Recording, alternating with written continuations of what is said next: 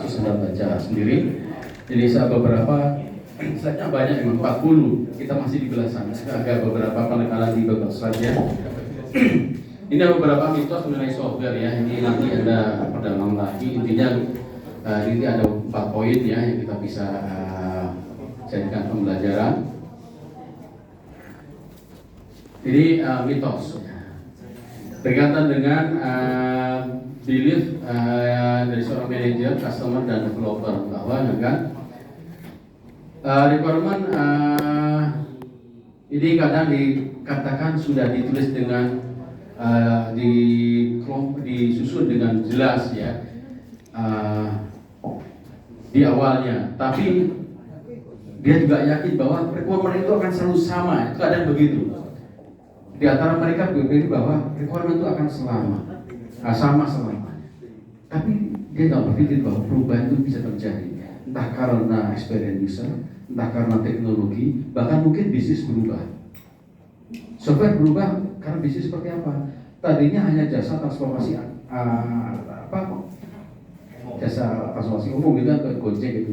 Tapi ternyata ada GoFood juga, sehingga dia harus integrasi gitu kan. Nah kalau dia nggak pikirkan ke depannya ada integrasi dengan GoFood, Gosen, yang banyak dirubah. Ya, jadi kadang ada paradigma bahwa software itu selalu tetap, nggak ada perubahan. Ternyata tidak demikian. Ada juga mengatakan more documentation means higher of software quality. Bisa benar, bisa tidak. Tergantung software dokumentasi seperti apa ini maksudnya. Kalau dokumentasinya berkaitan dengan aspek berkaitan dengan software proses dan beberapa yang berkaitan dengan aspek di functionality-nya, ya memang itu diperlukan. Ya. Jadi memang ada benarnya, tapi ya dilihat sebatas apa dokumentasi itu ya. Tapi tetap perlu dokumentasi. Lead to decision in planning and process. Contoh, we can skill testing no and fix bugs. Ini lead to decision ini kadang ada putuskan udahlah, nggak usah testing, ini sudah benar pasti. Yang develop ini orang sudah pengalaman buat software kok, dia sekian tahun buat software, langsung rilis. Nggak jamin. Jadi secara generik perlu ada testing. Entah itu hasilnya nanti no error syntax, no error logic, no error business requirement. Tapi harus dipastikan proof siapa yang tanda tangan. Oke, ini sudah diverifikasi oleh seorang quality software spesialis ya, harus jalankan. Ini nggak bisa di skip. Kadang ini diabaikan karena mungkin melihat portfolio dari developernya ya. Engineer must change meet with evidence. Contohnya, adding more developer will spend on delivery. Ya, di yang lainnya silakan nanti contoh di buku ya. Contoh-contoh berkaitan dengan mitos di software development. Good software engineer don't just write code. Ini yang penting ini. Lihat di sini. Good software engineer doesn't write code. They challenge the generous assumptions. Nah ini kelihatannya sederhana, tapi kompleks, banyak aspek yang kita perlu pertimbangkan. Apa yang berkaitan dengan ini? SDLC. Apa itu SDLC? Software Development Life Cycle. Software pengembangan, siklus pengembangan software. Nah kita akan bahas secara generik bahwa siklus pengembangan software ini mutlak harus diikuti. Softwarenya besar maupun kecil, baik untuk operating system, untuk entertain yang lainnya, hanya cara requirement-nya berbeda. Ya, teknik untuk requirement-nya berbeda. Nanti kita bahas di requirement engineering. Secara generik seperti ini ya prosesnya ya. Nanti kita akan bahas lebih lanjut. Ada yang namanya planning. Ini yang pertama. Harus ada planning. Nah, Anda sekarang sedang menyiapkan bersama kelompok planning. Mau ngapain ini? Planning itu apa yang dilakukan? Software itu untuk siapa? Harus jelas. Untuk siapa? Ya, di mana? Bagaimana menggunakannya? Bisa apa? Solve problem yang mana? Itu planning. Ya, masih planning. Belum kita jelaskan modelnya seperti apa belum? Ya. Kapan di delivery? Lalu tahap berikutnya adalah analisis. Jadi nanti sudah fix. Ini kenapa 40% di awalnya karena Anda biar mengalami proses ini, ya, belajar banyak. Lalu analisis tujuannya apa? Mendapatkan gambaran dari software yang kita akan bangun. Ya, di sini tentunya perlu requirement analisis. Requirement analisis sebagai bagian dari analisis. Bisa saja tidak hanya requirement analisis, bisa juga research. Contoh, saya mau membangun software yang nanti ada AI-nya, usernya nggak ngerti kan bagaimana AI bekerja, tapi dia tahu bahwa ini ada rekomendasinya nanti. Anda harus riset bagaimana sistem rekomendasi itu. Riset sebelumnya Anda kaji, ya kan? Biar Anda bisa belajar dari model yang sudah dibuat orang lain, mana yang terbaik. Anda nggak dari nol. Ya, jadi hasil analisis. Jangan asal Anda kejar dari ide Anda sendiri. Saya mungkin sudah ada ide orang lain yang bagus nggak dipakai, ya kan? Dikembangkan lagi. Atau studi dari software sejenis. Saya mau membuat topik bukan TikTok. Kalau TikTok bagaimana? Lihat TikTok seperti apa sih? Apa yang bisa dalam TikTok? Apa keterbatasannya? Nah, saya akan membuat game analisisnya. Jadi analisis ini bisa terhadap kebutuhan user, solusi sejenis, research, ya, atau mungkin observasi. Anda membuat solusi untuk jalan tol, kendaraan nggak usah pakai tapping, lewat deteksi dengan ukuran kendaraan ini masuk golongan 1, 2, 3 dan seterusnya. Plat nomornya deteksi, nomornya sekian, otomatis lewat dosa antrian, otomatis di rumah data dia, ya kan? Atau bukan di rumah, di akunnya, gitu kan? Anda lakukan apa? Wawancara, observasi, bagaimana sih orang masuk tol, gitu kan ya? Pas macet itu bagaimana? Jadi banyak cara, ya, analisis. Ini harus kita lakukan. Ya, kadang kita skip juga ini, ya. Langsung mungkin desain ini modelnya, ya. Buat desain nanti kita bahas lebih lanjut. Membuat model baik itu pakai yang pendekatan object oriented analysis, desain, atau mungkin yang structure. Ya, mungkin Anda sudah tidak diajarkan lagi bagaimana membuat yang structure yang konvensional. Anda sudah menggunakan UML, ya, ada use case gitu kan, ya.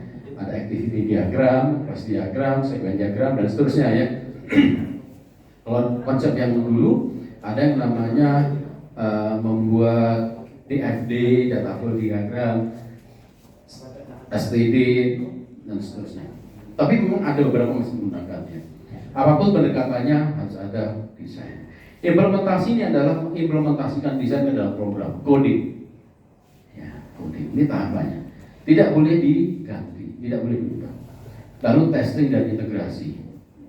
Maksudnya testing unit yang kita buat, integrasinya bagaimana, jalan enggak ke dalam sistem. Karena ini mungkin hanya part of sistem yang besar, yang integrasi. Lalu deployment, rilis. Mau rilis di mana? Di Play Store atau di mana? Di mobile apps, ya kan? Atau ini di akses di web, ya, hostingnya di mana dan seterusnya. Servernya di mana? Server itu macam-macam. Ada server untuk development, ada server untuk deployment. Jadi bisa orang development nggak terganggu oleh operasional, sebaliknya begitu. Masing-masing juga ada layernya.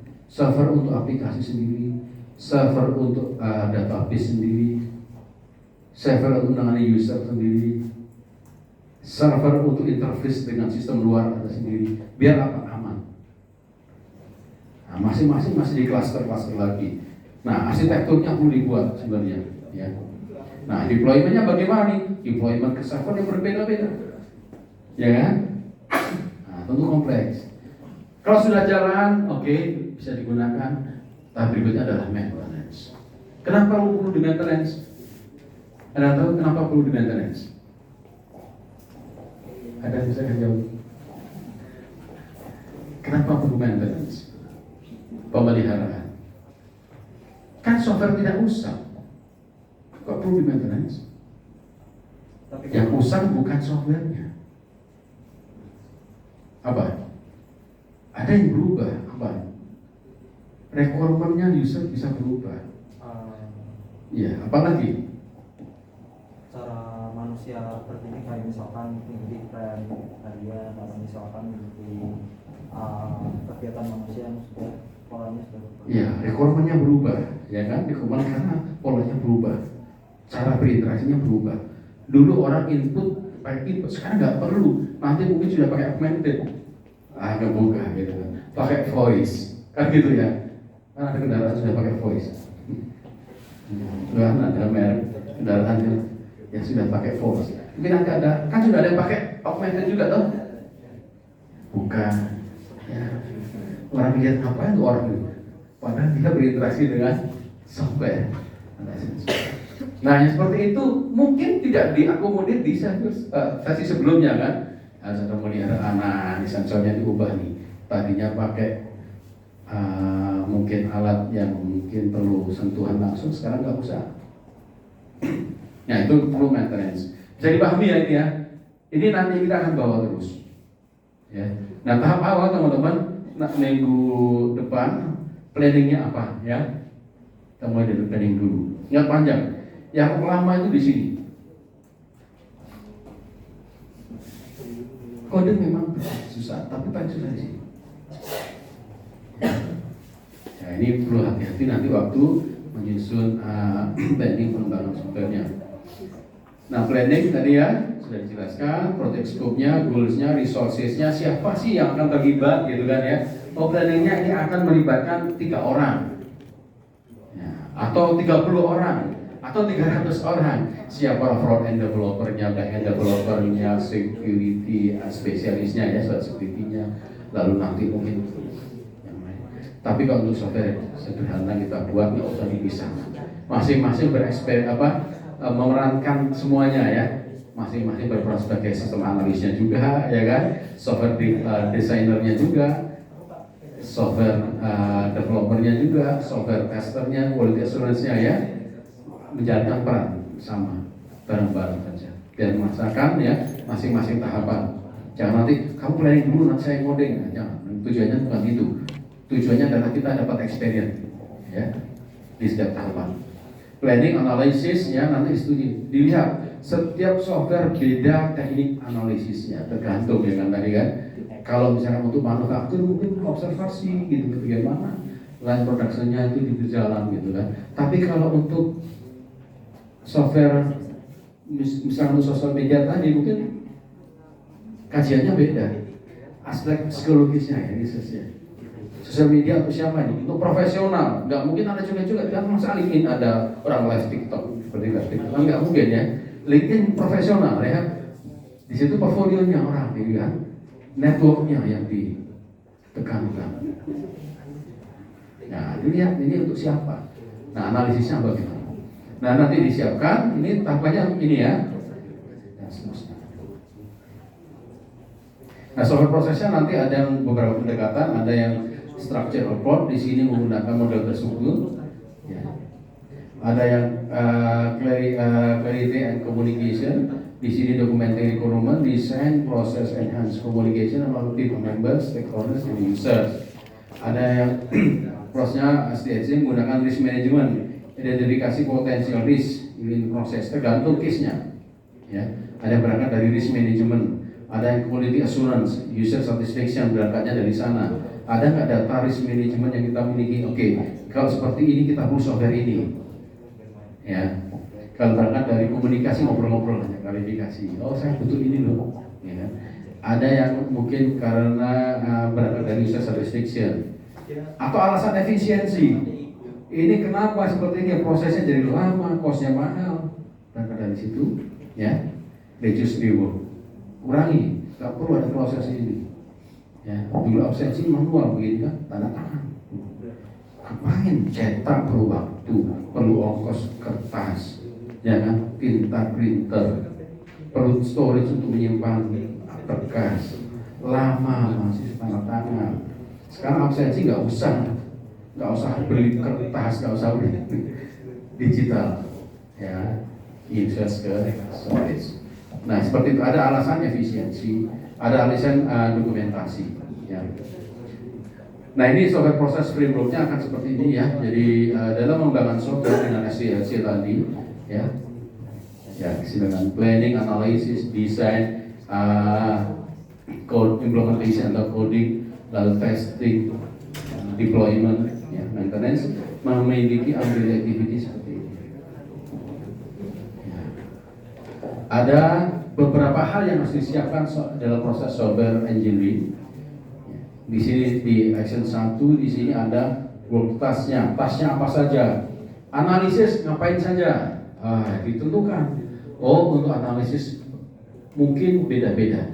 Untuk bagian interface ini harus user interview, harus wawancara. Kalau bagian ini, bagian AI-nya nggak perlu wawancara, research, ya, model-model AI-nya, ya, tasnya apa, model apa yang dibuat, model AI-nya demikian. Ini membuat model user experience-nya seperti apa. Nah, itu tasnya ditulis rinci, Pak lama, iya. Untuk proses yang besar membutuhkan tahapan yang memang panjang, tasnya banyak. Tapi akhirnya akan panjang, seperti software tadi, OS tadi ya, Microsoft punya. Itu enggak langsung coding ya, tasnya banyak. Karena itu timnya Microsoft banyak, ya, besar. Ya, ini ya, mau produknya bagaimana, quality assurance poinnya apa yang aspek yang perlu dijadikan acuan untuk quality assurance-nya. Tentukan, oh keamanan, di bagian mana keamanan yang penting kritikal. Oh bagian ini bukan keamanan yang tapi mungkin performance dari respon time-nya. Kalau ini mungkin kualitas desain interface-nya. Banyak aspek kualitas, kita stage. Siapa yang memverifikasi, bagaimana cara memverifikasinya. Kalau Anda HCI kan mengenal 8 aturan emas gitu kan ya, golden rules gitu ya. Salah satunya misalnya untuk HCI, ada cara yang lain lagi. Project milestone-nya bagaimana? Oke, ini kan besar. Milestone-nya akan seperti apa? Di versi 1 ini akan rilis kapan, timnya siapa, tasnya apa saja, kapan analisis dan seterusnya. Siapa yang melakukan? Ada project tasnya. Ya, di sini bentuknya project milestone. Anda mungkin nanti cari contoh project milestone itu kalau punya Microsoft Project akan lebih enak. Tapi sekarang banyak yang free kok ya. Cari project management software ya. Itu ada task management. Dibuat. Di tahap 1. Tahap berikutnya adalah nanti mungkin sama untuk versi berikutnya. Ya. Sampai apalagi ya. Ini yang ini kualitinya bagaimana, ya kan? Analisisnya bagaimana. Ini harus ada payungnya. Jadi semua seragam. Kalau Anda buat software harus ada tahapan dan aktivitas yang jelas. Ini dulu dibuat di versi yang 1 ini siapa yang terlibat, milestone-nya bagaimana, standar kualitinya bagaimana, kok hasilnya demikian. Ya. Oh dulu nggak ada tim quality assurance-nya. Oh ini quality assurance-nya yang dites ini. Oh ternyata performanya nggak dites. Nah, ada banyak mungkin yang bervariasi nanti yang menjadi proses framework-nya ya. Nah ini saya agak cepat saja yang lainnya. Communication itu ya berkaitan dengan tahap awal bagaimana kita menyiapkan project yang kita akan buat ya, planningnya. Anda komunikasi dalam tim dengan stakeholder ya pemangku kepentingan. Anda software untuk siapa misalkan ya, ini untuk solusi jalan tol ya, komunikasi dengan siapa, ya kan? Menyiapkan komunikasinya bagaimana, telepon kah, chat kah, email kah, wawancara langsung, ini Anda tentu sudah sesuai kan ya. Komunikasinya bagaimana, apa tujuan dari komunikasi itu. Nah penting agar Anda dapat insight, dapat batasan software yang memang sesuai dengan yang dibutuhkan. Planningnya kita susun, modelnya tadi ya, dan seterusnya. Nah, oke, apa yang seharusnya engineer pikirkan dan miliki? Nah, ada 7. The reason it all exists. Keys, keep it simple. Nanti masing-masing kita ada penjelasannya. Oke. Keep it simple ini stupid, jadi artinya nanti sebenarnya bagaimana kita menyederhanakan suatu ide, ya, Ada beberapa prinsipnya, nanti kita bahas di slide berikutnya. What you produce, other will consume, ini harus jadi concern. Lalu be open to the future. Jangan hanya berpikir saat ini, plan ahead for reuse. Berpikirlah bahwa ini nanti mungkin bisa digunakan lagi walaupun ada versi berikutnya. Tidak semuanya cut off dan lagi nol gitu ya. Kalaupun nanti interface-nya berubah, bagian mana yang masih bisa eksis, ya. Setidaknya database desainnya masih bisa dipakai gitu kan. Dan selalu think seperti itu. Engineer principle must be reflected in our flow di sini. Ini engine apa ya? Generiknya ya. Generiknya tadi ada communication, planning, modeling, construction, deployment. Ya. Ini bisa dilakukan secara linear ya, linear. Ada yang pendekatannya nanti iteratif, communication planning berulang-ulang, modeling berulang-ulang, coding lalu tanya lagi communication, ada macam-macam. Ada yang disebut sebagai waterfall, nanti turunannya ya, ada yang disebut sebagai agile, itu beda-beda. Ada yang V-model, ST programming, ini generic flow-nya ya. Ada modelnya iteratif seperti ini. Nanti kita bahas lebih lanjut. SDLC. Nah ini model yang namanya waterfall. Tadi yang menerjemahkannya flow tadi dalam waterfall. Dikatakan waterfall karena memang dia seperti air ya. Air kan dari pantai sini nggak mungkin ke gunung mana sana. Gunung apa di sana gunung? Di Semarang, Ungaran. Yang ada dari Ungaran turun kan ya. Nah artinya apa di sini? Kalau Anda menggunakan pendekatan ini hati-hati. Kalau Anda sudah ada di communication, masuk ke planning, nggak boleh balik lagi. Sesuai dengan komunikasi awal, selesai buat planningnya. Nggak ada komunikasi lagi, nggak ada balik lagi gitu. Sudah planning, selesai modeling, oke. Planning nggak berubah. Sekarang bagaimana kita modelkan softwarenya sesuai planning awal. Kaku memang. Ya. Modeling selesai, construction atau implementasi program. Bagaimana kalau modelnya salah? Berarti dulu waktu nyusunnya nggak benar. Dan ingat, ini bisa jadi orang yang berbeda. Yang komunikasi dengan yang planning berbeda. Yang planning yang membuat model beda. Yang membuat model dengan yang membuat program berbeda. Salah di depan, salah di sini. Ya. Nah, yang membutuhkan effort lebih. Deployment. Ini harus saling komunikasi, ngobrol. Harus ada modelnya. Gimana agar sama persepsinya dibuat model? Ya, dibuat model. Misalkan pakai use case diagram dan yang lainnya ya, menggambarkan interaksi usernya. Ya, menggambarkan datanya, model datanya di mana. Harus ada model. Kalau enggak, asal membayangkan. Saya ambil contoh, buatkan kursi. Contohnya, dalam benaknya kursi seperti apa? Kakinya 4. Terus ada sandarannya. Terus ada tempat buat duduk. Udah? Sudah. Kira-kira bisa diterjemahkan dengan persis nggak oleh seorang tukang? Kakinya 4, oke sudah buat kakinya 4. Kita tulis kakinya 4. Kita tulis ya. Ini anggap aja nih. Kakinya 4. Ini kakinya 4. Ada apa tadi? Ada sandarannya gini kan? Lalu ada sandarannya. Seperti ini sudah sepertinya diharapkan. Sudah. Oke, berarti sama kita. Tapi apakah ini juga kakinya 4?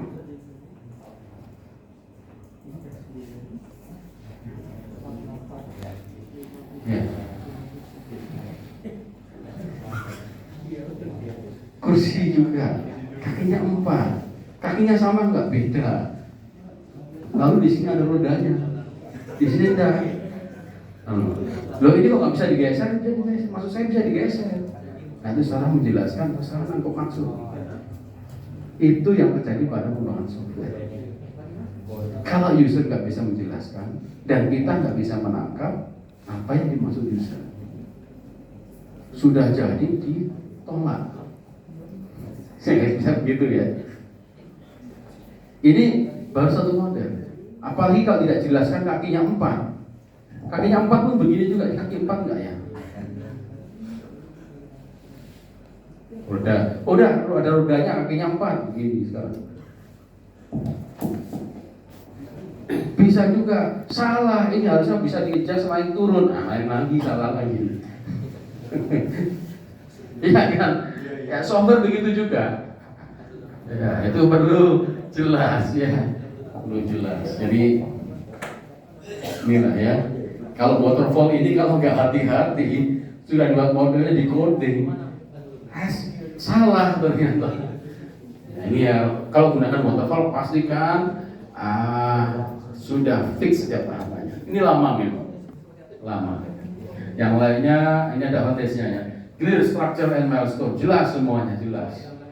Easy to manage and test progress. Ya, cocok untuk stable requirement. Requirement yang nggak berubah-ubah.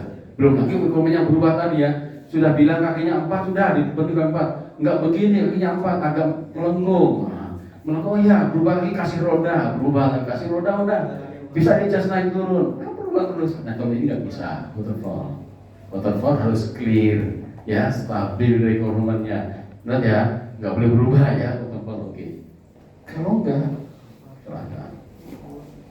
Ya ini ya, limitasinya difficult to accommodate change. Padahal, ya kalau dulu ya 30 tahun yang lalu, 40 tahun yang lalu banyak, nggak sebanyak sekarang trigger untuk mengubah software. Apa triggernya? Experience usernya. Karena apa? Banyak orang masih manual, belum ada contoh, ya kan? Belum ada contoh. Teknologi terbatas yang men-trigger berubah. Sekarang teknologi terus berubah, ya kan? Hardware terus berubah, ya.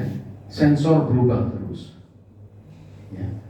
Experience user makin luas, makin banyak. Produk sejenis makin banyak.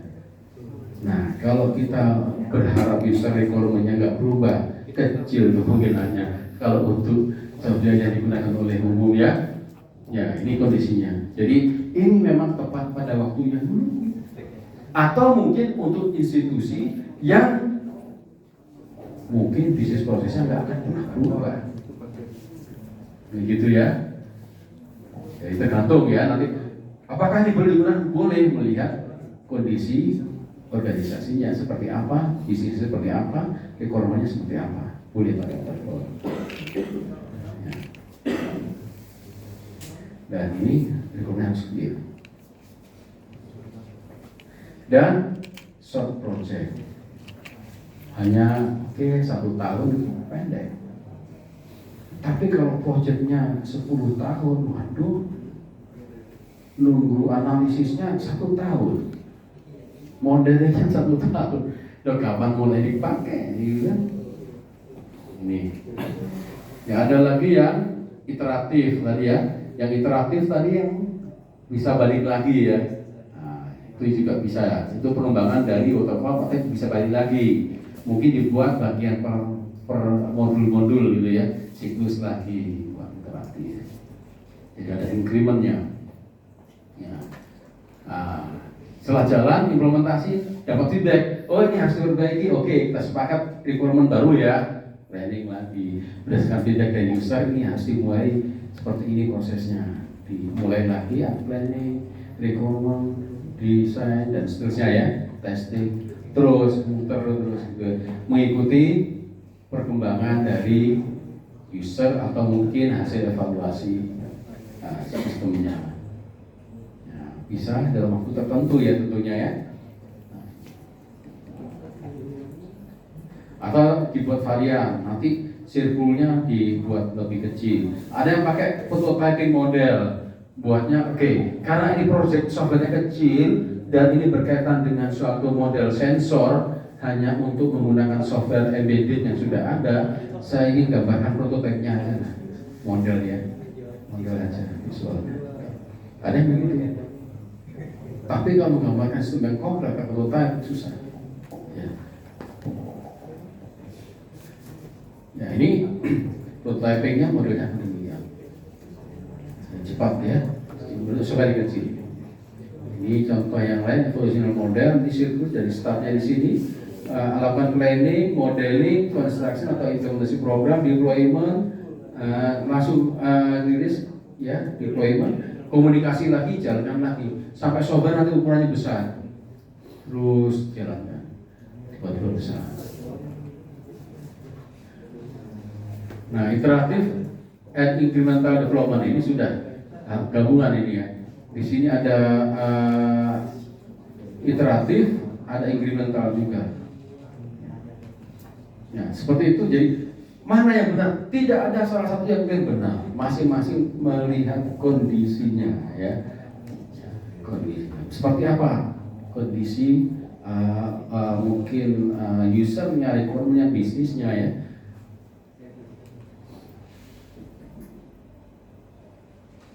Ini beberapa perbandingan sebagai gambaran secara umum ya. Ini aspek dimensinya, requirement-nya, customer involvement, risk management, dan sampai dengan team expertise needed berkaitan dengan pendekatan entah waterfall, prototype, spiral, atau unified process. Requirement change, waterfall ini pun.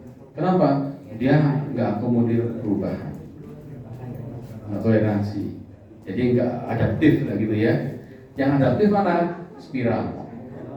Evaluasi belum bisa kembangkan lagi. Atau pakai unified process. Customer involvement kecil, dia tinggi. Kenapa? Nanti komunikasi lagi, planning lagi gitu ya. Model dilibatkan. Planningnya tapi di sini tinggi. Dari awal terus mati. Tapi setelah itu sudah nggak ada toleransi, nggak berubah ya. Di awal tinggi, jadi waktu awalnya tinggi ya. Making dan seterusnya. Jadi karakteristiknya. Nah, user kita seperti apa karakteristiknya? Dia yang mana? Modelnya. Bisnisnya akan modelnya seperti apa? Bisnis ini kira-kira banyak pesaingnya nggak? Perlu respon cepat nggak? Atau ini untuk bisnis proses yang sebenarnya nggak ada pesaingnya, dia sendiri di balik layar. Nah, tentu beda ya pendekatannya. Nah, sekarang yang terbaru adalah agile, ya, agile proses development. Bisnisnya sama SDLC-nya, ada communication, planning dan seterusnya ada, tetapi ada beberapa custom, ya. Nah di sini konsepnya adalah di agile life cycle-nya ini adalah iteratif. Dan incremental tadi ya. Frequent customer feedback sangat intens. Kalau kita mau agile, yang terlibat dalam penggunaan software itu tidak hanya developer aja, usernya juga masuk. Intens, ada review tiap hari.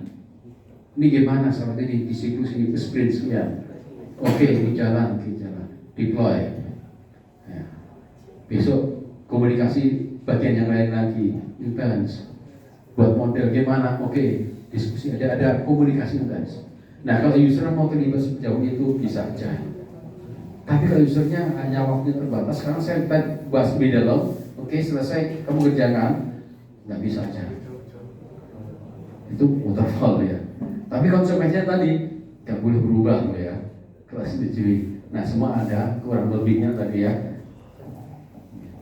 Ini adaptive, frequent customer feedback, change expected through the development. Ini ada beberapa nanti contoh pendekatan agile ya.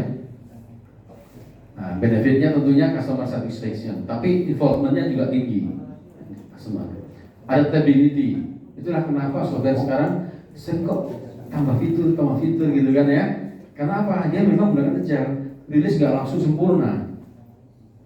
Terus bahkan perbankan yang kelihatan stabil pun terus inovasi kan ya. Contoh BCA itu selalu ada aja. Ya. Karena itu banyak alumni kita di sana. Ya, dibutuhkan. Selalu ada. Inovasi dikit. Yang tadi sudah versi ini diganti lagi, balik lagi ke bagian ini, diganti sekarang. Cara mekanisme pembayaran berbeda. Sekarang ada QRIS, itu lagi. Nanti ada apa lagi berubah lagi kan gitu ya. Ada virtual account dan seterusnya. Adaptability, transparansi, improve quality ya. Challenge-nya requirement culture shift. Yang tadinya mungkin nggak bisa aktif terlibat customer-nya, user-nya, harus terlibat. Mau ngejar juga. Ya ngejar tidak hanya developer-nya, user juga ikut channel bagian dari sistem. Less predictability, documentation may suffer. Nah ini karena cepat, kadang dokumentasi dilengkap. Ya. Oke, ini kalau jam itu biasanya periodenya 2 minggu. 2 minggu rilis. Bagaimana 2 minggu? Komunikasinya berapa lama? Modelingnya kapan? Kodenya kapan? Testingnya, deploymentnya. Ya itu harus diatur, itulah challenge dari seorang project leader.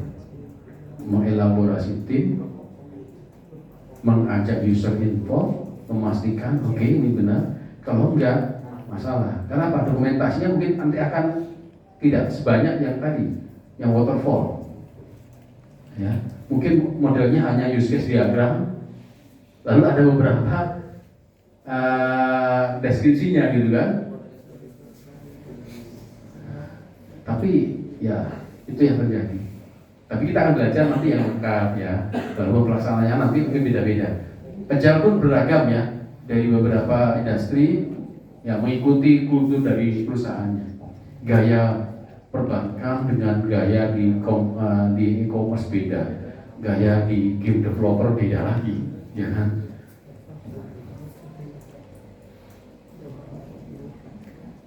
Nah ini faktor yang dipertimbangkan. Satu, project size tadi ya, requirement stability, risk level, customer involvement-nya seperti apa, ya. Time constraint. Ini project lama ya, tentu beda, waktunya pendek. Ini usernya mau terlibat langsung intens setiap hari, kita kerja aja, nggak usah nunggu.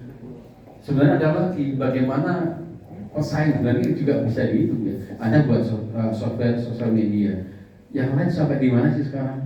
Anda mungkin develop dalam waktu 5 tahun baru rilis, yang lain sudah kemana-mana, Anda baru rilis usang, ya kan? Usang dalam arti functionality-nya.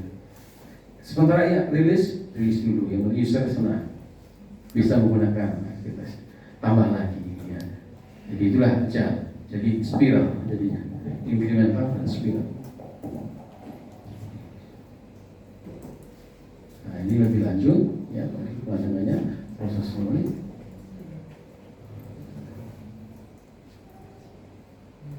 An effective software engineer, ini efektif, ini ada beberapa poin yang kita jadi perhatikan. Kalau misalnya kita ada seorang software engineer yang efektif, demikian atributnya. Has sense of individual responsibility, punya sense ini. Has an accurate awareness. Lalu brutally honest. Ya, ini standar ya, yang dari sini ya. Absolute resilience under pressure. Ya, karena pendek tadi ya. Ini besok rilis tuh ya, besok tes ya. Besok ketemu dengan customer-nya ya. Saya mau cuti ya. Ganti yang lain. Timnya sekarang diganti dulu. Ya boleh cuti kadang yang tapi dia harus bisa tough ya. Dan beberapa yang lainnya. Nah, psikologi of software engineering ini beberapa berkaitan dengan software engineering yang dilihat dari aspek psikologinya. Layer behavior model for software development. Di sini ada aspek kognitif. Kognitif ini tentunya menegur pada individu, ya, individu sendiri seorang profesional yang mungkin berbeda perannya, memiliki aspek kognitif. Kognitif kemampuan mendeliver functionality-nya, gitu kan ya. Dan juga dia karena individu punya motivasi, ya, kognitif dan motivasi. Nah, project dan tim ini berkaitan dengan group dynamic-nya. Mungkin ada yang orang mengkaji ini bagaimana sih memiliki grup yang isinya milenial dengan grup Gen Z, ada grup yang arahnya era Gen X, ada lagi sekarang Gen Alpha jadi developer. Gimana mereka kalau dalam satu timnya, gimana mengelolanya? Ya jadi loh, Anda nanti terjun ketemu anggota tim yang mungkin senior, stylenya beda ya. Nah kayak gitu seorang leader harus bisa menempatkan gimana agar bisa lancar ya. Ya ini ada beberapa psikologi yang nanti mungkin perlu dipertimbangkan ya. Ini fresh graduate, ini mahasiswa magang, ini yang sudah sekian jadi developer. Nah ini bisa ada dinamika yang berbeda. Lalu organisasinya juga. Sekarang kita di organisasi seperti apa? Anda membuat software di militer ya, sistem komando, kulturnya beda ya. Anda bekerja di Google. Nah, mungkin di Google developernya pakai celana pendek, nyantai, ambil ngopi, celana di kafe gitu kan ya. Kalau Anda di kopi kalau Anda developer di sana Ahmad Yani di militer, nggak bisa. Basic pun beda ya, khususnya bisa pun beda dengan beberapa misalkan yang punyanya waktu saya masuk di Sudirman Jakarta itu rekamannya bis ya, payment gede lah ya. Beda. Jadi Anda harus lihat kita bekerja di industri yang seperti apa ya, Anda ikut kadang menjadi apa ya faktor yang nanti juga mempengaruhi kita waktu membuat software-nya. Software team ya, tadi sudah kita sebutkan. An effective team should foster and sense of trust. Ini yang kita perlu perhatikan ya, nanti Anda berarti software engineer on team should trust the skill and competence of their peer and their manager. Gak ada saling curiga, terbuka. Tapi kalau organisasinya tertutup susah.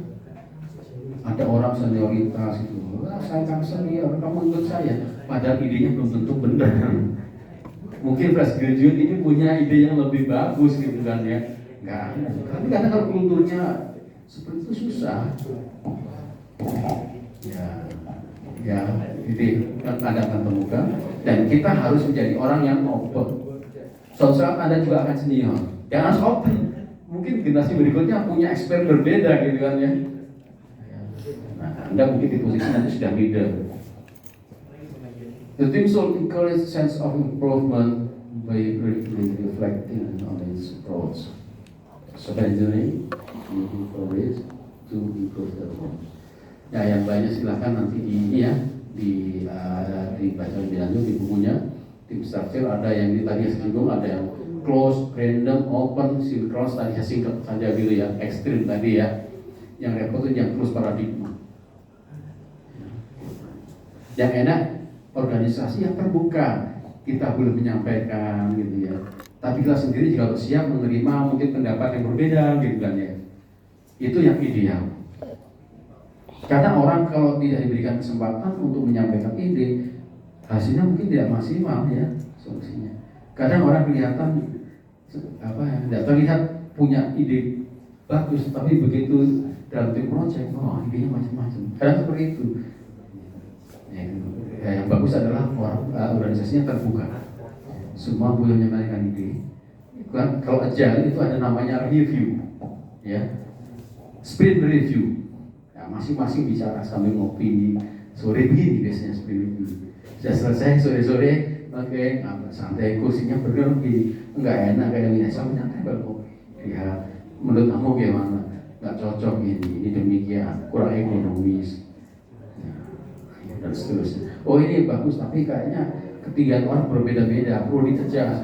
Ya ini catatan. Jadi enak, banyak ide muncul. Ya, itu agile yang saat ini digunakan ya, model split, open.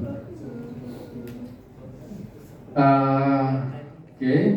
Jadi kalau kita buat matriksnya, design matrix untuk beberapa pendekatan tadi, waterfall, interaktif dan agile. Ini requirement stability ini tinggi karena memang stabil, dia nggak bisa diubah ya. Tapi kalau low, ada Tapi user harus paham, terlibat. Seandainya ini kita harus ubah, benar yang kita ubah ya. Jadi deadline kita tahu akan ada konsekuensinya. Ada konsekuensi biaya, konsekuensi waktu. Kenapa customer bisa terlibatkan? Gitu. Awareness-nya berbeda. Customer availability low, ini tinggi. Kan terlibat. Ya.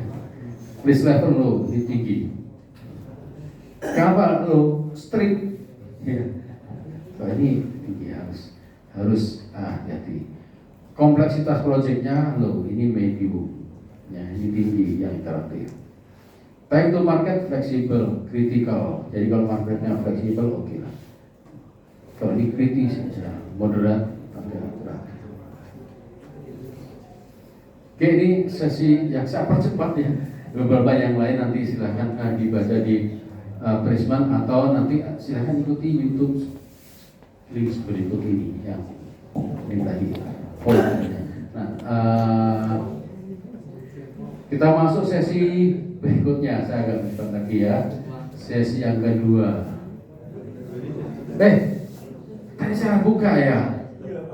Aduh, saya buka dari depan ya. Oke. Sesi pertama saya lanjutkan dulu tadi ya. Kok tidak ada yang komen tadi? Saya buru-buru. Saya buka slide berapa tadi gitu ya. Oke, sesi kedua kita bahas. Tadi kita review lagi ya. Saya punya hutang di sesi pertama tadi. Sesi pertama. Sesi kedua. Tadi di depan. Nah, ini terbalik nggak apa-apa ya, terbalik ya. Karena tadi kita belum selesai. Kita tadi di slide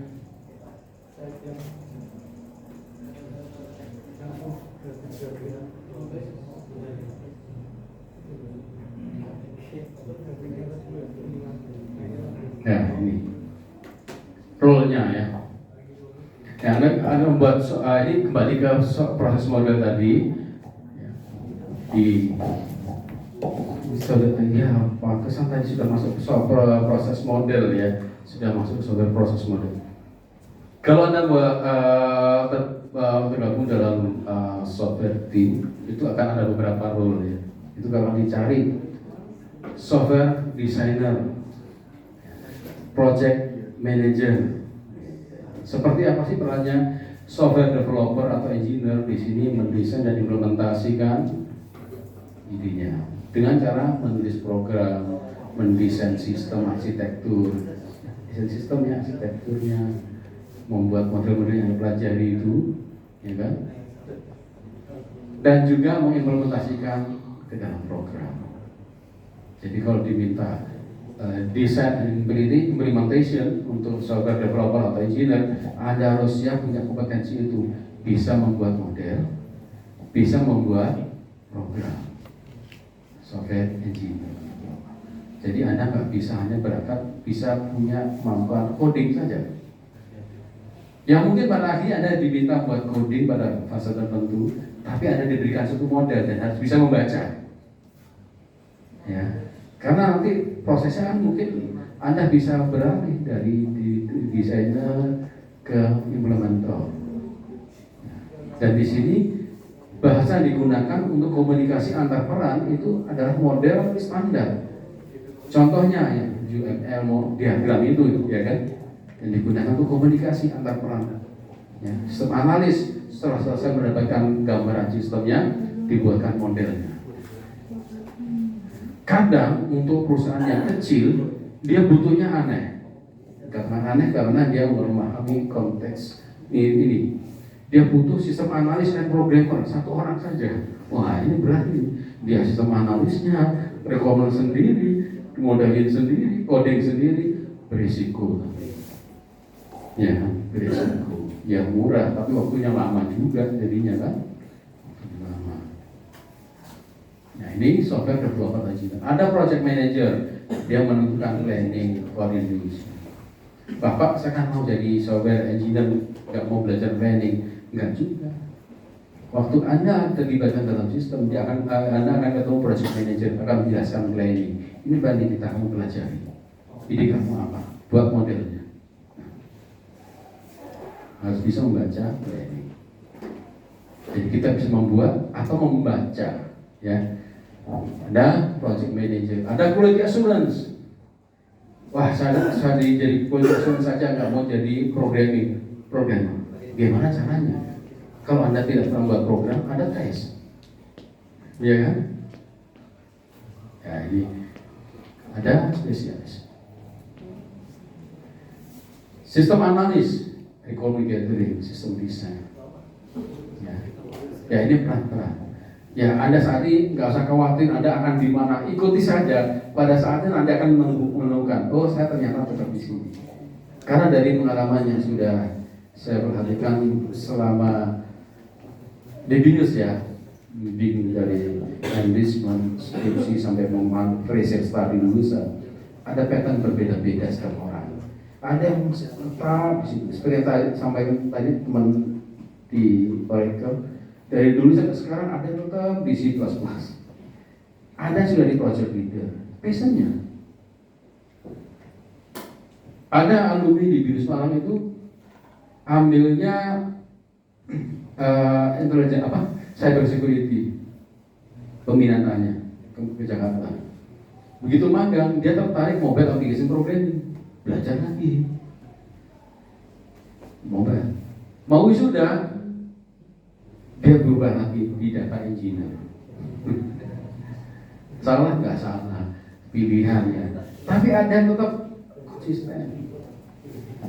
Ya, jadi Anda nggak usah khawatir, jalani saja. Nanti sampai semester 4 ini Anda akan lihat, oh saya gimana ya. Oh semester 4 sekarang kan ya, sudah peminatan dong ya. Peminatannya apa ini? Mobile ya. Jangan terus Anda anti belajar yang lain loh ya. Terbuka saja ya, terbuka saja. Jalani mobile. Tapi Anda juga terbuka untuk belajar datanya gitu kan, security-nya ya. Biar nanti Anda kalau membuat mobile application solusinya lebih komprehensif ya. Belum tentu nanti magangnya di mobile juga. Saya yakin di antara Anda mungkin nanti ada tertarik yang lainnya gitu. Itu biasa ya. Atau di quality assurance. Nah, karirnya ada yang di front end, ada di back end ya. Ada yang di DevOps, lebih combine software development with IT operation. Ya, banyak ke operational. Data engineer, design and manage data pipeline and architecture. Anda suka dengan data. Begitu menjalani profesi di mobile application spesialis, kok di data juga enak juga ya. Bisa saja. Ya, dan itu ya, nggak apa. Anda nggak salah di mobile ya. Kesempatannya ada. Machine learning engineer, nah, sekarang sudah ada lagi machine learning engineer. Begitu AI semakin populer. Sebenarnya AI udah lama ya kan. AI itu dari tahun 50-an, 60-an itu sudah ada. Cuma keterbatasan hardware belum bisa diterjemahkan. Ya. Begitu hardware-nya semakin berkembang, mampu melakukan komputasi lebih besar, bisa diimplementasikan. Dan sekarang sudah muncul nih machine learning engineer, deep learning engineer, ya. Ya. Nah, ada lagi karir tracknya senior software engineer. Berarti ini dilihat, oh portfolionya udah pengalaman, ya.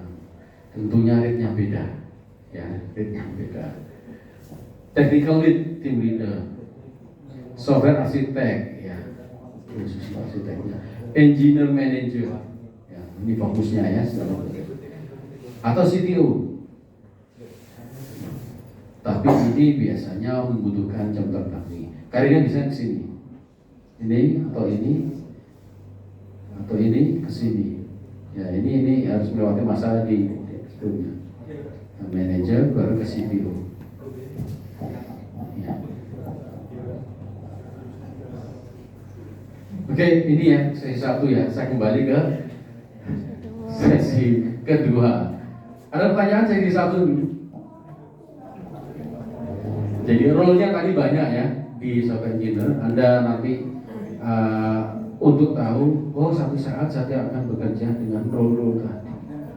Saya akan ketemu dengan manager, quality assurance, dengan front end, back end, data engineer, machine learning spesialis gitu kan ya, atau intelligence system spesialis, namanya beda-beda. Dan Anda bebas memilih. Itulah di profesi di computer science banyak sekali ya, banyak sekali. Ya. Anda memilih dari start dari mana pun. Tidak ada pertanyaan, kita lanjut ke slide kedua.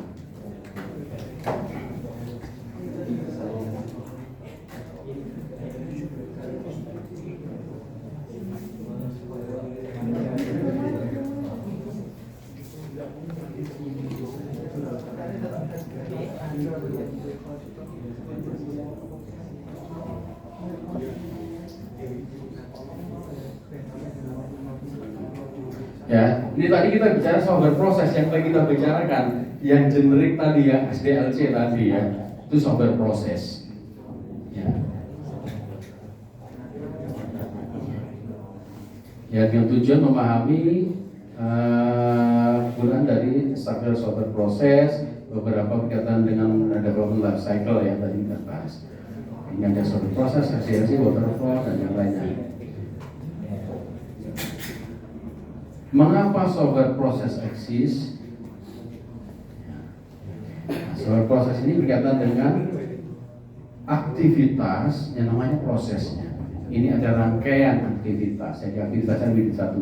A collection of activities, action and task untuk menghasilkan produk atau produk. Produknya apa? Software dan artefaknya. Ya, artefaknya itu ya termasuk arsitektur. Aktivitinya di sini ya ini berkaitan dengan berobjektif dari stakeholder, communication, planning, quality assurance ya. Ada action, beberapa aktivitas misalkan desain dan seterusnya.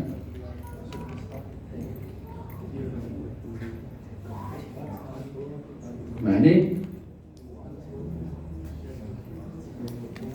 bagaimana membangun software. Ini agak mundur ya, kita jadi agak kita coba bahas lebih detail, kita bahas yang agak general lagi. Jadi dalam software ini adalah serangkaian aktivitas yang digunakan untuk menghasilkan produk software, dimulai dari diskusi ya. Tidak selalu namanya diskusi ya, kalau softwarenya ini adalah memang membutuhkan observasi juga observasi. Artinya ada fact finding di sini, mencari fakta ya, bisa diskusi ya. Dan hasilnya perlu ditulis artinya didokumentasikan ya. Saya nggak tulis kok Pak, saya dokumentasi ya sama aja ya. Dokumentasi. Bahkan sekarang wawancara pun bisa di-generate oleh AI jadi script kan ya. Ya apapun itu pokoknya ada dokumentasinya ya. Didokumentasikan, mendapatkan fakta, nah, diskusi. Ya. Lalu ada write some code. Tapi sebenarnya ini tahapan yang disederhanakan. Sebenarnya dari wawancara tidak langsung write code kan ya. Ada model yang harus dibuat desainnya. Lalu dites, debug itu apa? Mencari bug. Ya. Kenapa bug itu dikonotasikan dengan kutu yang ada di pojokan, gitu kan ya? Ya nggak? Kalau kita dibalik mencari kutu, mungkin ada yang jelaskan ini. Kalau kita dibalik, ini kan seolah-olah di pojokan sini, ini ada kutu gitu ya. Nah, di pojokan, kenapa gambarnya di pojokan? Ada yang bisa menjelaskan?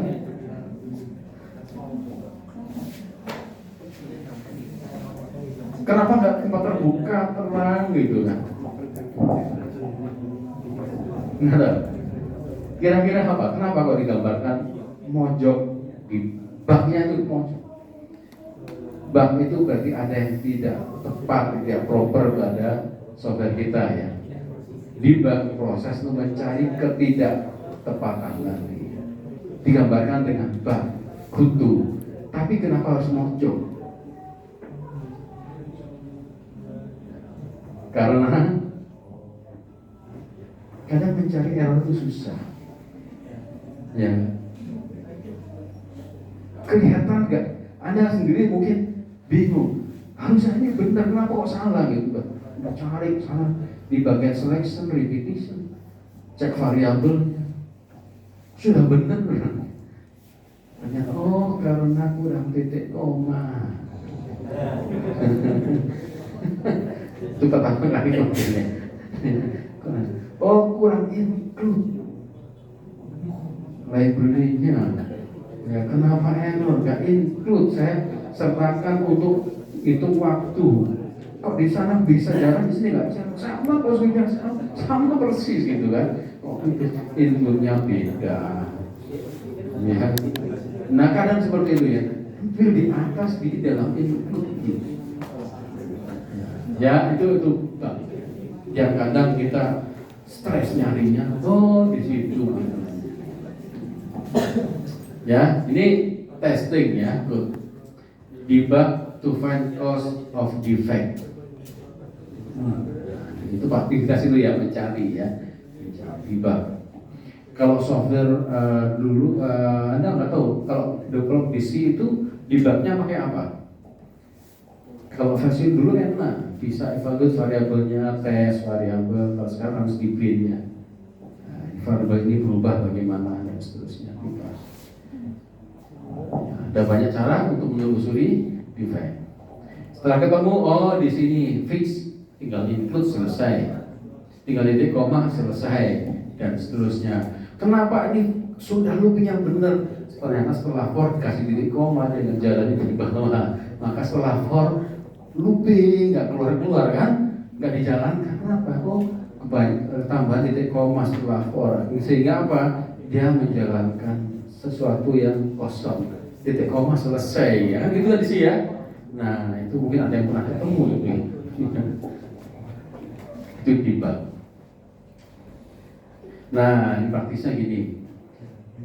Software engineering praktis ini sebagai panduan kita. Pertama memahami problemnya. Jadi Anda jangan langsung desain.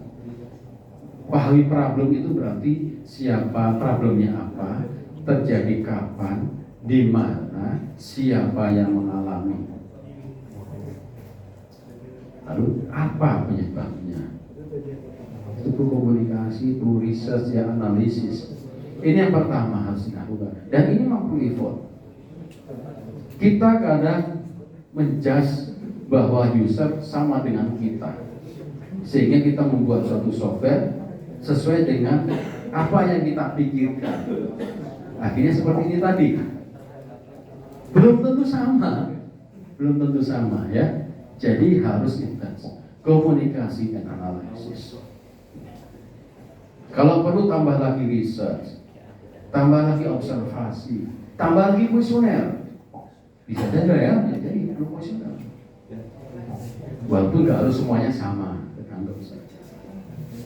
Plan and solusinya bagaimana? Kalau sudah demikian, ada banyak lincah. Solusinya demikian. Tidak, mana yang sesuai requirement, mana yang kurang, mana yang lebih. Ini bisa pakai ini, tapi nambah biaya karena perlu adjust. Nah, gitu kan? Nah, biayanya berapa? 100.000 nggak berani saya buat seperti ini. Ya, yang ini aja 100.000. Ya. Terus bahannya juga mungkin bukan kayu yang padat, ya, mungkin multiplex gitu kan. Ya, yang penting bisa duduk, ada sandaran. Tapi kalau misalkan ingin yang spare-nya lebih, wali biro, kan gitu kan, software gitu ya. Ya. Waktunya berapa? Tahu cek, ada nggak komponennya? Lihat lagi. Anda sanggup, ya kan? Semuanya jelas. Tapi komponen diperlukan tersedia nggak? Ada software perlu augmented reality, perlu pakai immersive yang berlebih, misalnya macam-macam. Sekarang di market ada nggak itu? Ada bisa deliver dalam waktu dekat nggak? Dia ingin bulan depan bisa implementasi teknologi macam-macam. Padahal itu masih di riset, ya kan? Ya kadang-kadang ya seperti itu kan problem dia harus dilihat. Memahami planning, solusinya yang pas itu dengan waktu, dengan budget, dengan resources yang ada. Ya, planning, terus kebutuhan. Lalu carry out plan, code generation. Setelah dimodelkan ya, setelah model. Ya, assessment, dari satu testing. Jadi Anda akan ikuti ini, saya ikuti ini yang tahapannya ya. Jadi minggu depan harapannya Anda punya planning jelas. Dan berikutnya jangan langsung coding, tapi dibuat model dulu. Ya, memahami problemnya ya. Siapa tadi ya? Siapa sih stakeholdernya sih? Ya, yang berkepentingan ya. Kalau kita buat LMS ini siapa sih? Oh, ada dosen, ada mahasiswa, ada staff macam-macam. Ada yang bagian materi, ada yang bagian jadwal, ada yang bagian operasional kehadiran, dan seterusnya, ada bagian finance. Apa view mereka? Ya, apa ekspektasi mereka? Tanggap semua. Apa what are the unknowns? Apa data, fungsi, fitur, kontrol? Kalau kita buat LMS, ada data apa aja? Oh, data tentang siswa, tentang materi, tentang kebijakan penilaian, prosedur kehadirannya bagaimana, kebijakan untuk bisa ikut kelas, dan seterusnya. Jadi ada banyak hal yang kita perlu cover, ya, data-data yang berkaitan dengan sistem. Can you problem decompartmentalize? Jadi modularity itu penting, ya, dekomposisi software itu penting. Karena tidak mungkin masalah atau requirement yang besar kita selesaikan sendiri, ya, dibuat banyak tim. Nah, yang penting masing-masing modularity ini secara logik saling terkait. Ya, apa data yang diperlukan, luarannya apa. Jadi modul ini bekerja logiknya bagaimana? Kan gitu kan? Sistem itu ada 3, input, proses, output. Gak mungkin sistem ada proses, ada output tanpa input, gak ada. Ada enggak? Ada input, ada proses, gak ada output, ngapain? Ada input, ada output, gak ada proses, ya mungkin. Nah, jadi setiap modul harus berkomunikasi, kopling ya dari istilahnya ya. Kan ada kohesi kopling kan, belajar loh. Masih ingat nggak? Kopling kontrol, kopling apa lagi? Ya sudah lupa. Ya itu komunikasi modulnya gimana? Nah, di dekomposisi. Oke, kamu bagian modul yang attendance.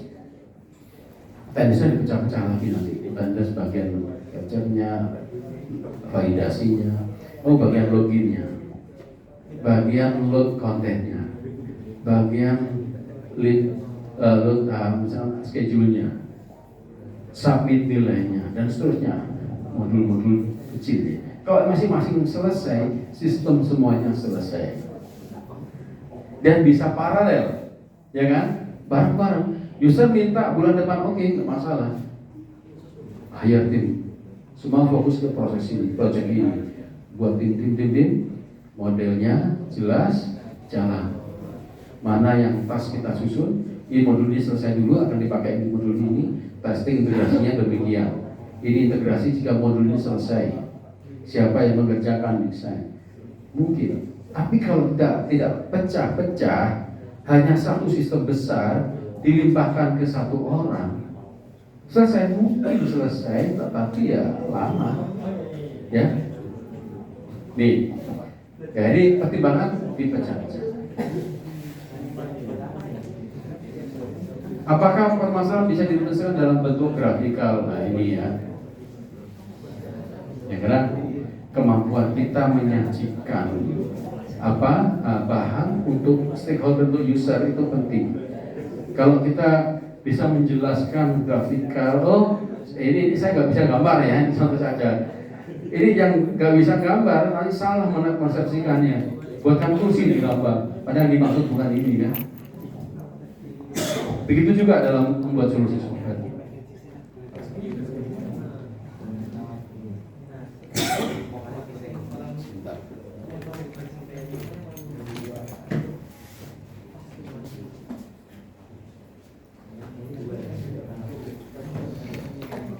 Nah, ini penting.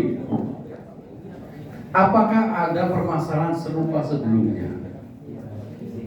Untuk apa? Apakah ada pattern?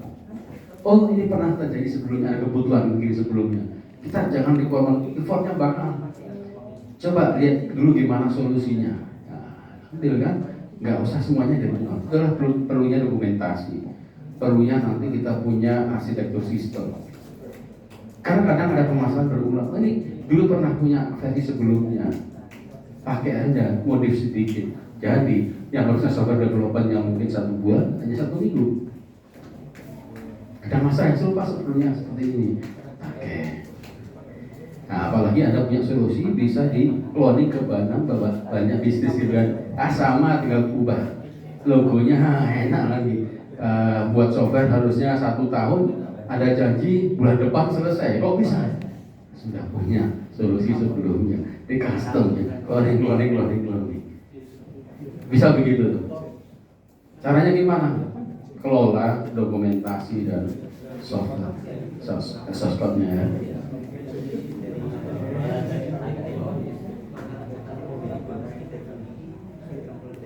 Oke. Nah, ini berkaitan dengan software planning.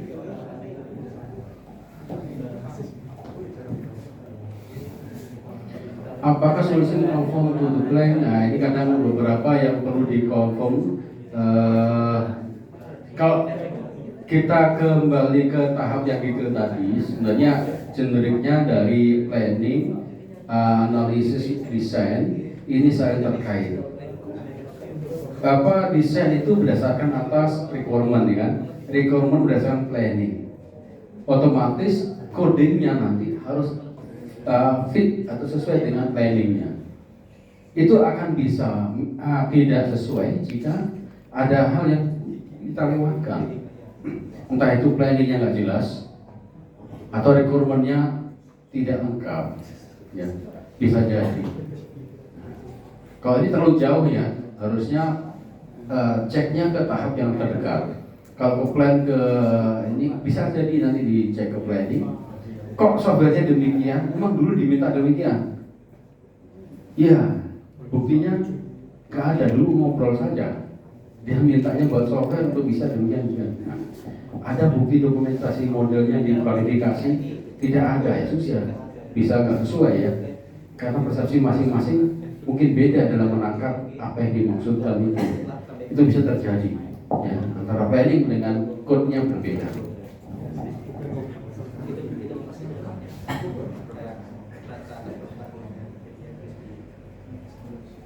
Nah, nanti berkaitan dengan testing, nanti ada namanya testing strategi nanti di sesi-sesi agak tengah ya, di mana ada tahapan dalam testing ini.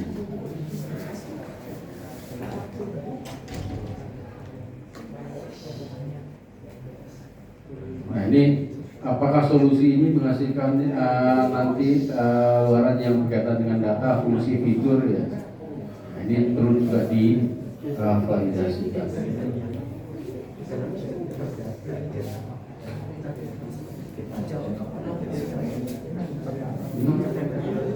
Nah, ini tadi kita bahas ya. Nah, ini berkaitan dengan proses tadi. Pada akhirnya dalam software perlu proses standar agar planning sesuai dengan coding. Maka sebelum coding ya, implementasi agar sesuai dengan planning, nggak langsung planning implementasi tapi lakukan analisis. Yang dimaksud dengan project ini apa sih? Oh, membantu user X bisa melakukan sesuatu demikian pada saat melalui mobile phone, misalnya gitu kan. Oke. Mobile phone-nya gimana? Basisnya Android atau iOS? Kan tanya lagi kan? Karena bisa beda nanti. Oh, nanti yang hybrid. Oke, bisa multi platform. Nah, nanti konsepnya beda lagi kan? Tantangannya kalau multi platform. Ya, nanti kasih planning, analisis nanti gimana? Ada analisis tidak hanya wawancara, bisa melihat aplikasi sejenis. Ada nggak ya solusi sejenis dulu berjalan di multi platform? Gimana ya caranya ya? Risetnya gimana? Anda nggak dari nol jadi ya kan ya? Jadi nggak harus banyak orang riset juga. Dari studi atau benchmark ke solusi sejenis. Ini analisis. Desain tadi ya, membuat model software. Desain bisa desain macam-macam. Bisa desain interface-nya, bisa desain algoritmanya, ada modelnya kan? Ya, Anda AI kan ada modelnya loh, macam-macam. Ada desain database-nya juga, ada desain database-nya, ada desain network-nya, desain arsitekturnya. Mana yang diperlukan? Idealnya semua diperlukan, ya kan? Jadi kita lengkap, database-nya bagaimana, ada desainnya. Sehingga nanti kalau DBMS-nya berubah, yang tadinya mungkin pakai open source, sekarang mungkin ganti ke Oracle, ya mirip-mirip SQL-nya ya. Tetapi mungkin ada hal-hal yang mungkin nanti perlu di custom berkaitan dengan query-nya atau prosedurnya, function-nya ya. Ini harus kita lihat modelnya dulu bagaimana. Nah seperti itu ya, jadi model ini macam-macam desain ini. Bisa desain di interface-nya, bisa di logiknya, bisa di database-nya, bisa arsitekturnya. Kalau Anda main sensor IoT, desainnya nggak cukup user interface, layout-nya ya kan. Ini kalau sensor alat ini akan ada di mana? Sensornya ini akan bagaimana jaraknya, komunikasinya pakai apa, wireless, bluetooth atau yang lainnya, gitu kan? Harus jelas. Minimum standar komunikasinya bagaimana, kualitas internetnya ya, jaraknya berapa, harus ada punya model yang jelas. Oh ini bisa, sensor ini mendeteksi orang yang nanti ini akan lewat gerbang, tapi ternyata sensornya digunakan spesifikasinya nangkap 1 meter atau 2 meter. Anda bisa untuk solusi 15 meter, nggak ketangkap. Ya, Anda harus jelaskan spesifikasi alatnya juga ya. Sensornya harus demikian, di posisinya demikian dan seterusnya. Nah, jadi desain ini macam-macam ya. Software tidak hanya sekedar interface-nya. Oke, saya rasa ini ya, ini sudah kita bahas ya. Jadi hari ini sudah mulai disusun timnya. Minggu depan, ini ada pembimbingnya nggak? Ketua kelasnya? Siapa ketua kelasnya? Oh nggak ada. Siapa yang bersedia jadi ketua kelas? Siapa?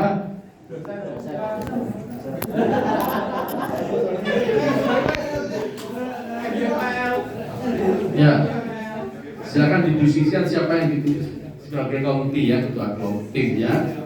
Yang pasti masing-masing nanti pastikan sudah punya kelompok, dan saya minta tidak ada yang sendiri atau berdua ya. Berapa orang ya? 3-4 orang. 3-4 orang. Silakan disusun.